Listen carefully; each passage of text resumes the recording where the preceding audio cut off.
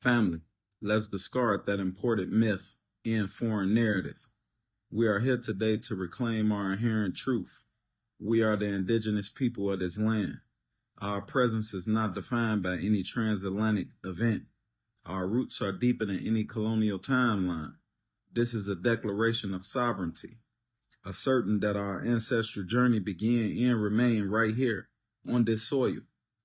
The ancient proof, the evidence of our ancient sovereignty is carved into the very landscape of this continent.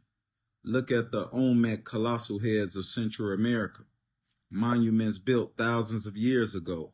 These massive stone carvings possess undeniable features of our people: the full lips, the broad noses. These are not relics of a foreign visit. They are permanent records of indigenous black rulers and sovereigns who engineered civilization right here in the Americas before any European claim. Furthermore, the earliest records from European explorers mentioned the local indigenous groups talking about dark-skinned traders using metal alloys like guanite. This doesn't point to newcomers. It confirms an established ancient trade and cultural network that was already woven into the fabric of this continent.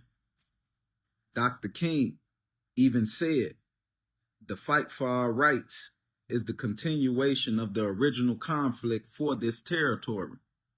Dr. Martin Luther King Jr. himself clarified our status, firmly placing our people at the beginning of the American story. Before its colonial masters, before the Pilgrims landed at Plymouth, we were here. Before the pen of Jefferson scratched across the pages of history the majestic words of the Declaration of Independence, we were here. King is affirming that we are not latecomers. Our presence predates the colonial project. We are the we that was present when the Pilgrims arrived. This establishes our continuous indigenous title to the land, placing us at the core of the American identity, not at the margins.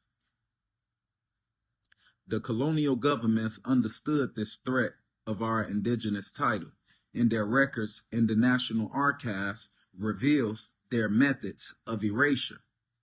The Black Prince of Florida, we honor Captain Francisco Menendez of Fort Moss in the 1700s. His military settlement wasn't a group of outsiders. It was a powerful sovereign military entity defending its territory against colonial encroachment. Menendez was a leader of indigenous black people and their allies fighting for their homeland against invasion. The most vicious attack on our identity came through government fraud. Agents use racial laws to actively seize land and dissolve tribal claims by aggressively reclassifying dark-skinned people from Indian or tribal members on the rolls to simply color. Negro, Black, African American, you get the picture. This was a deliberate act to strip indigenous black people of their land and sovereign rights. We are home. Y'all are immigrants. The monuments, the historical quotes, and the government's own records of systematic erasure all confirms the truth.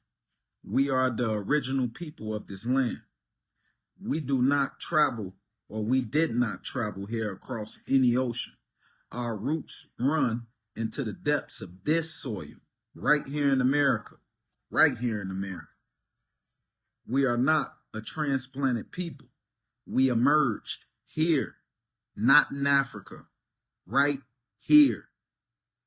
This is our homeland. And we, as in my people, demand that our indigenous history and title be restored and recognized.